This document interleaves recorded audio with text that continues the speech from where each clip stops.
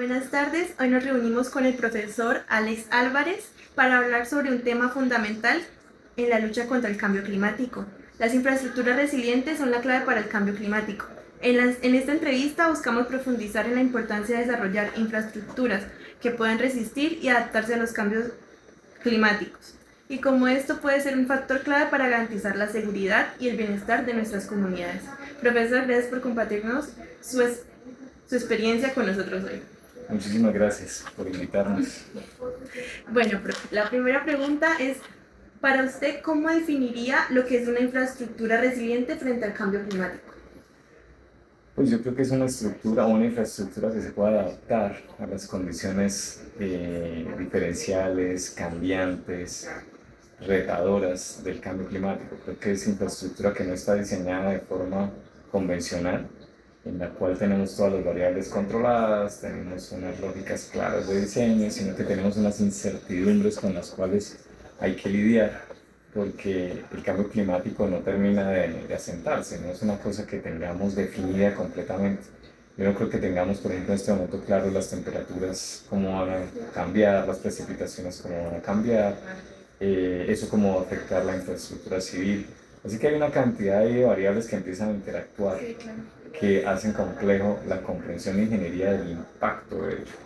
Pero tenemos que entonces empezar a cambiar hacia modelos que ya no sean determinísticos, como los que hemos traído históricamente en el diseño, sino quizás modelos probabilísticos, que tengan en cuenta la variabilidad de todo lo que está inserto e interactuando con la infraestructura.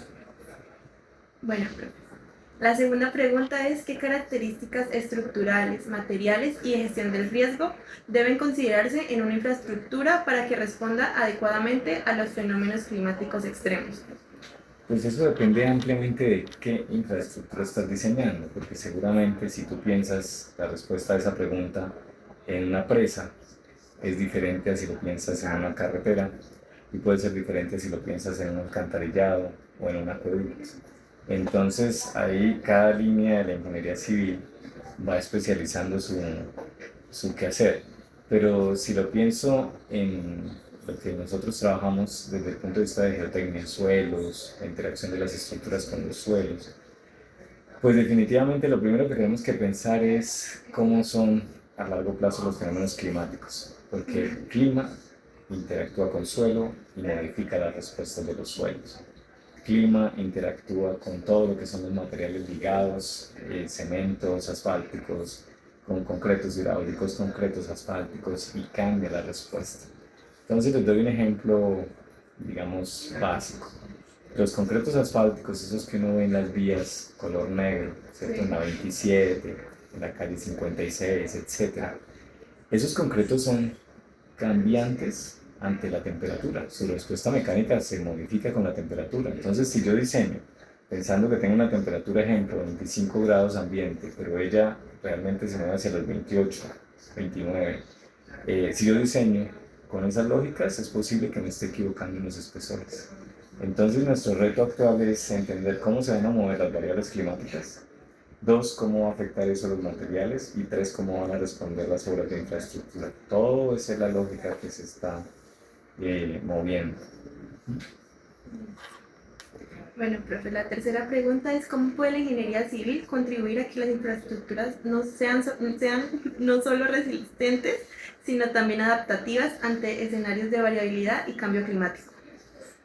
Pues ahí, uno, adaptando nuestras formas de análisis. Como decía en la pregunta anterior, hemos venido históricamente trabajando con valores únicos. Eso es un diseño determinístico.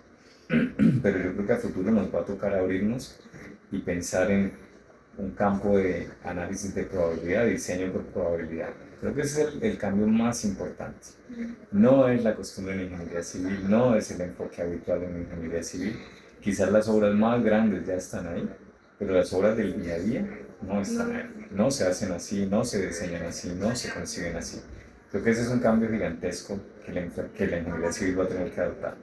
Dos, materiales. Creo que vamos a tener que empezar a pensar más y más en materiales que sean adaptativos, en materiales que resistan diferentes condiciones ambientales, diferentes entornos cambiantes.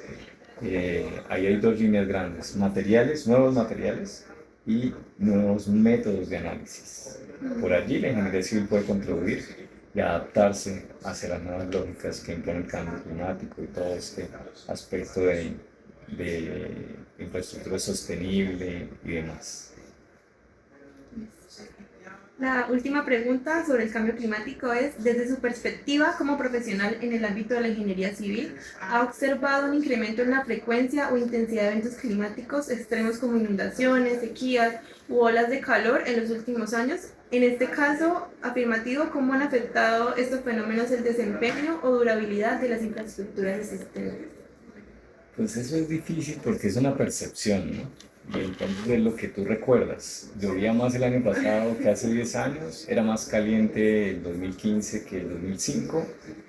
Entonces no es fácil, pero si nos vamos hacia los datos científicos, pues todo indica que sí tenemos incrementos de temperatura, que sí tenemos un incremento de precipitación y de intensidad de los fenómenos de tipo, por ejemplo, huracanes y demás, que sí tenemos unos valores extremos de temperatura que se empiezan a reflejar de forma más clara.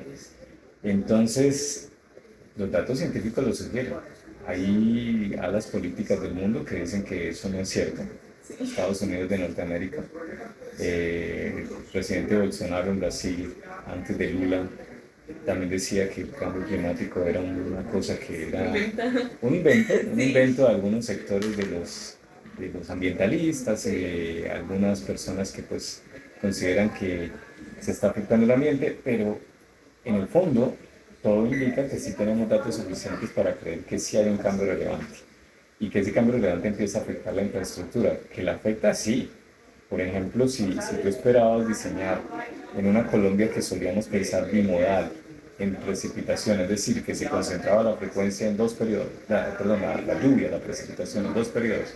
Nosotros solíamos pensar, llueve en la mayoría del territorio colombiano, abril, mayo, octubre, noviembre.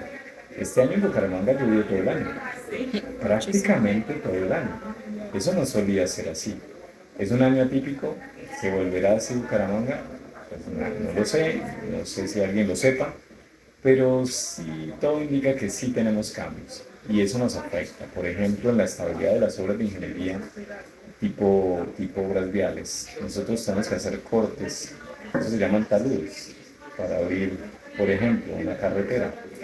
Y los taludes sufren cuando tenemos alta precipitación, alta lluvia, baja la resistencia de los suelos y tenemos problemas de inestabilidad. Entonces la vía es llana. Un ejemplo, llevamos mucho tiempo tratando de mantenerla en servicio todo el año y cada año tenemos cierres, tenemos la obra otra vez paralizada, tenemos el tráfico detenido, tenemos gente que no puede llegar a su casa y al parecer se están volviendo más críticos los fenómenos. Entonces, para cerrar, es una percepción, pero los datos todo indica que sí acompañan esa percepción. Bueno, pues ahora abriendo las preguntas de diseño y tecnología. La primera es, ¿cuáles son los criterios técnicos de diseño y de gestión que debe incorporar una infraestructura para garantizar su resiliencia frente a los impactos del cambio climático? Pues yo creo que lo primero es que dejemos de analizar las variables de forma estática y tenemos que ir otra vez al mundo de la probabilidad. Todo termina Sí. Sí. Dos, necesitamos ser más viciosos en el análisis de las variables climáticas. Nosotros hemos sido, digamos, dependientes de lo que hace el IDEA, con algunas estaciones climáticas en el territorio, pero en muchos lugares todavía hay información muy precaria. Entonces uno va a hacer un diseño de ingeniería y la información climática es o insuficiente porque tiene, digamos, unos periodos de recolección muy corticos, digamos. Estábamos detectando cuánto llueve en un sector, por decir alguna cosa, desdichada, desde hace 5 años. Pero con datos de 5 años, proyectar una obra a 20, 25, 40, pues claramente estamos en desventaja. La organización de la información climática en Colombia todavía puede ser más robusta. Hay ejemplos muy contundentes como Estados Unidos, donde tienen una red climática articulada a la NASA al servicio de los pavimentos. Nosotros no tenemos nada. Entonces el modelo climático para diseñar pavimentos en Estados Unidos es de una robustez muy grande al lado de la colombiana. Y eso les permite a ellos empezar a ver las variables en largo periodo, no en los últimos 5 años, pero sí en los últimos 80. Entonces ahí hay otro reto gigante, que tengamos más datos, que los analicemos de forma más robusta, que los integremos en modelos de diseño más robustos, y todo eso es una transformación que tiene que sufrir la ingeniería y que poco a poco lo está haciendo. Ya hay gente que está trabajando en ello, quizás no es la mayoría, pero sí hay gente que ya lleva años trabajando en ello. Bueno, otra pregunta. ¿De qué manera la ingeniería civil puede integrar principios de sostenibilidad, adaptabilidad y durabilidad en la planificación, diseño y construcción de infraestructuras resilientes? ¿De qué manera los puede integrar? Mm, Pues yo creo que lo primero es una revisión de los currículos. Las universidades siguen un poco estáticas ante el fenómeno del cambio climático. Seguimos un poco allí anclados a lo que hemos hecho por siempre, y ese podría ser el primer paso. Dos, es posible que nos toque crear algunos cursos y algunas maestrías pensando en cómo analizar el fenómeno y cómo integrarlo, porque todavía no es algo del día a día, todavía es algo que todos hablamos, pero pocos estamos haciendo o están, porque yo no me quiero incluir ahí, están haciendo algo específico para llevarlo a cabo. Ese es un camino largo donde yo creo que apenas estamos empezando el recorrido. Es un camino donde apenas damos los primeros pasos y apenas estamos como tomando conciencia de lo que nos falta. Entonces yo creo, uno, currículos a nivel de pregrado, a nivel de maestría y doctorado, para formar gente que sepa de ello. Dos, desarrollo de herramientas. En la modelación numérica tenemos un buen aliado, porque la modelación numérica nos permite ver de forma rápida muchos escenarios. Entonces ustedes pueden a través de un computador modelar, bueno, ¿qué pasa si la temperatura sube 1 grado? ¿Qué pasa si sube 5? ¿Qué pasa si baja 3? ¿Qué pasa si la cantidad de lluvia se incrementa 10%, 20%, 50% baja? ¿Qué pasa si el rango de temperaturas se incrementa o decrece? Entonces, dos, yo creo que en la modelación numérica está el futuro de lo que vamos a diseñar, más que en la aproximación actual.